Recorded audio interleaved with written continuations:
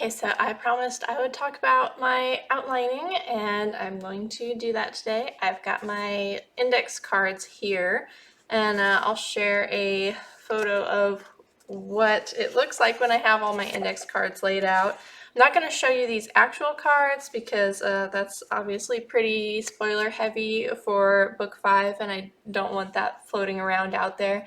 But I am going to illustrate what I do for my outlining process to kind of give you an idea, maybe inspire you to try something of your own. It's much sunnier today than it was the last time I tried to make something, so if this is your first time watching one of my videos, my name is 𝗵𝗵𝗿. I am a multi-award winning author of epic fantasy and romantic fantasy, sometimes romantic epic fantasy, but generally in that neighborhood. I've written and published 25 books so far. And the series that I'm working on currently, Spectrum Legacy, the third book, was just named Best YA Fantasy of 2023 by the Memphis Public Library System. So there are a lot of authors who will use index cards and post-it notes for their outlining process. I don't know if they do it exactly the same way that I do because I've honestly never looked at anybody else's process for it. This was something that I decided to try of my own free will, never having seen it done before, when I was writing the second book in the Snake's Blood saga, which ultimately ended up being split into books 3 and 4. I have always felt that that was one of the strongest books that I ever wrote. So it made the index card method a really strong keeper for me. So let's pop over to Photoshop and I will illustrate what I am talking about. So first off, I don't know how anybody else does it, but when I do my index card outlining, I use 5 cards. And I usually put these at the top, and these are white cards. Each one has its own purpose. And I feel like this works out a little bit differently than a traditional 3-act structure. So I divide it into 4 parts. So this is, part 1, this is part 2, part 3, and part 4. So what goes here, this is the midpoint. Now, if you are familiar with the method, write your story from the middle, maybe you'll see that this is kind of like a tent post method where your story is pinned down at the beginning and the end, and the point is to raise the middle. So you have a climb to the middle and then a descent to the end. My tent always ends up a little bit wonky looking though, because I've got the climb to the middle and then a midpoint, and then it droops a little bit, and then you've got an end point there and then a steep drop off to the end. Everybody does it a little bit differently. It's fine. But before I even get to these 5 cards here, I always make one card at the very beginning that is my overall outline. So the overall outline card is one that I'm sharing it here because I know this is going to be way too small for you to see it. The overall outline card is what I start with, because if I don't know what goes on these 5 at the top here, I'm not going to get very far.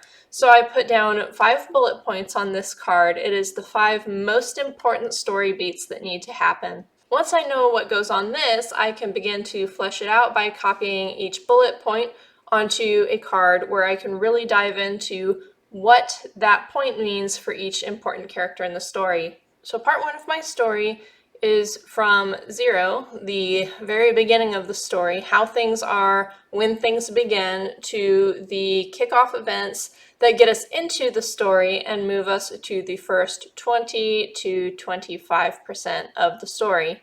For my books, the percentage of the story is not necessarily the same as word count length. When I'm writing epic fantasy, there tend to be a lot of really long battles that actually kind of bog things down. So I don't worry so much about word count length so much as how much of the story each segment tells. Because these 4 sections are not going to divide cleanly into even word count numbers. If I am writing something that's supposed to be 100,000 words long, I'm not going to end up with 25,000 words in each section. So sometimes I'll have sections that are maybe 10,000 words. Sometimes I'll have 30 to 35,000 words in one section, just because of how many battles or big events slow things down.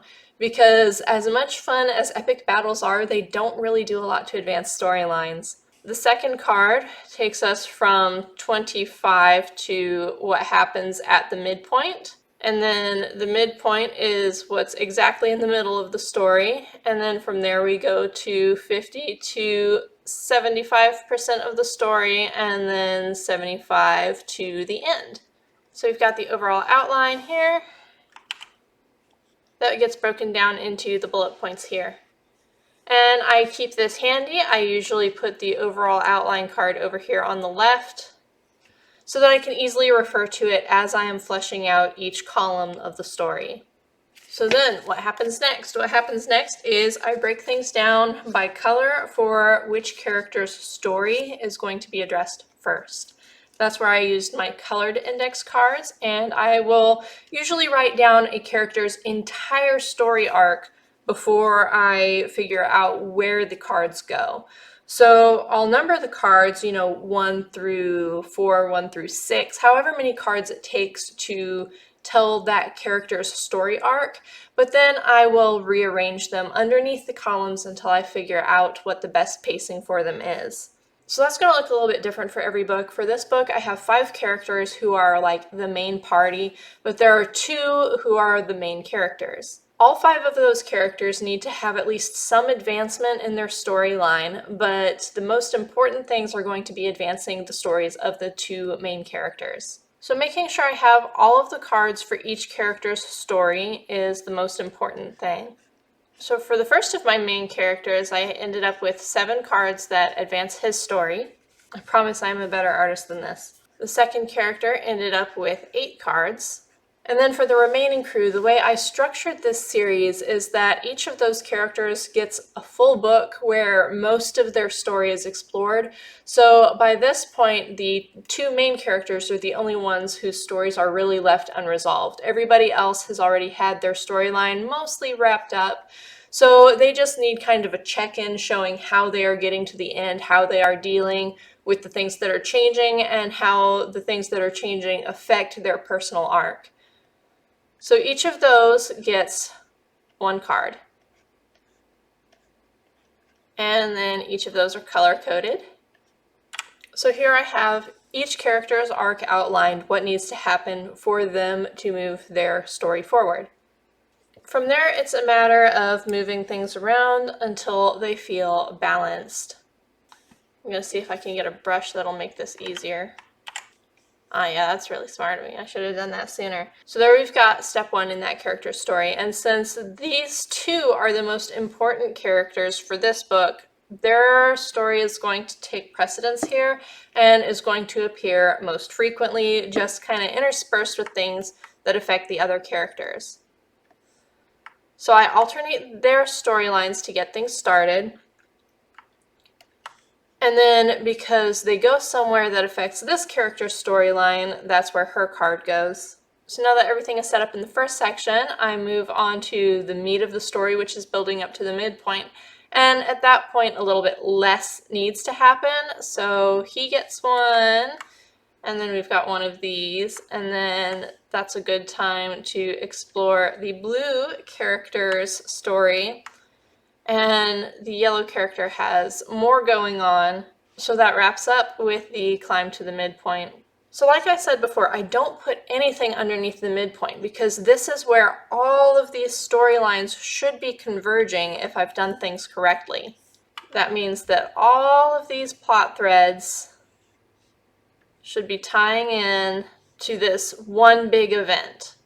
This encompasses everybody before it begins to splinter into smaller story fragments again. So everything that happens in that converged midpoint ultimately affects the character with the single green card the most. So that's what I lead back in with in section 3 after the big events in the midpoint, because that lets me start showing the emotional impact of everything that occurred. And it also is a great way to lead into fragmenting everything into individual storylines again. And then I just pick up with balancing advancements for those characters again. And they are also how the story is finished out, because their storylines are the only ones that are left hanging. So even though I finish out with a purple card, which represents just one character, the things that should happen in this last card, this very last resolution, should be something that affects everybody.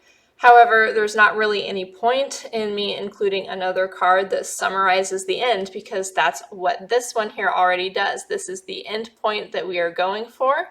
That's what I want everything to reach to. So once again, every character that has been in this story so far, the point where their story ends should tie back in to what happens at the end here.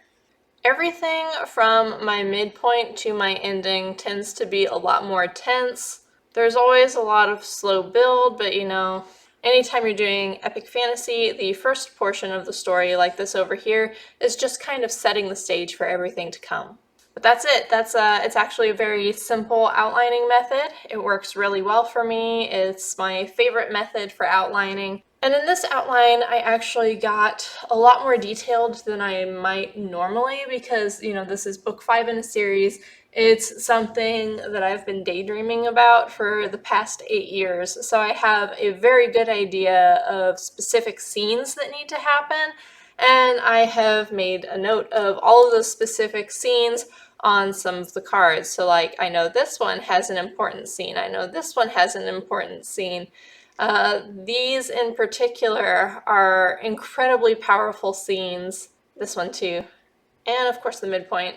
So that ultimately made this outline a little bit more detailed, and that means that it took me about 4 hours to get a really solid, super fleshed out outline that it's flexible enough to let me shift and grow, because my characters never stick to things exactly. But these biggest and most important points are all up here on the top cards, and those are all going to stay the same no matter what happens down here. The very first time I used this method, the book ended up being, I think it was 165,000 words long. And then when I split it, it actually grew so that either one of those books is, I think, 95,000 words. So there were a lot more index cards in play the first time that I did it. But when I used this method for outlining The Assassin's Bride, it made a very tiny, orderly little stack of cards. And the nice thing about that is that I can then take my stack of index cards, I can use a hole punch in the corner and put these on a little ring or on a paper clip, and I can put this in my bag so that anytime I'm out somewhere and I have a few minutes that I could try to write something, I'll have my whole outline handy to just pull out at a moment's notice and get things done. So yeah, that's it. Hope you enjoyed this. If you've used this method or something similar, I'd love to hear about it. I always like hearing about different outlining methods, even though this one is my favorite. So if you have tips to share, drop them in the comments. I'd love to check them out. So thanks for joining me, and I'll see you next time.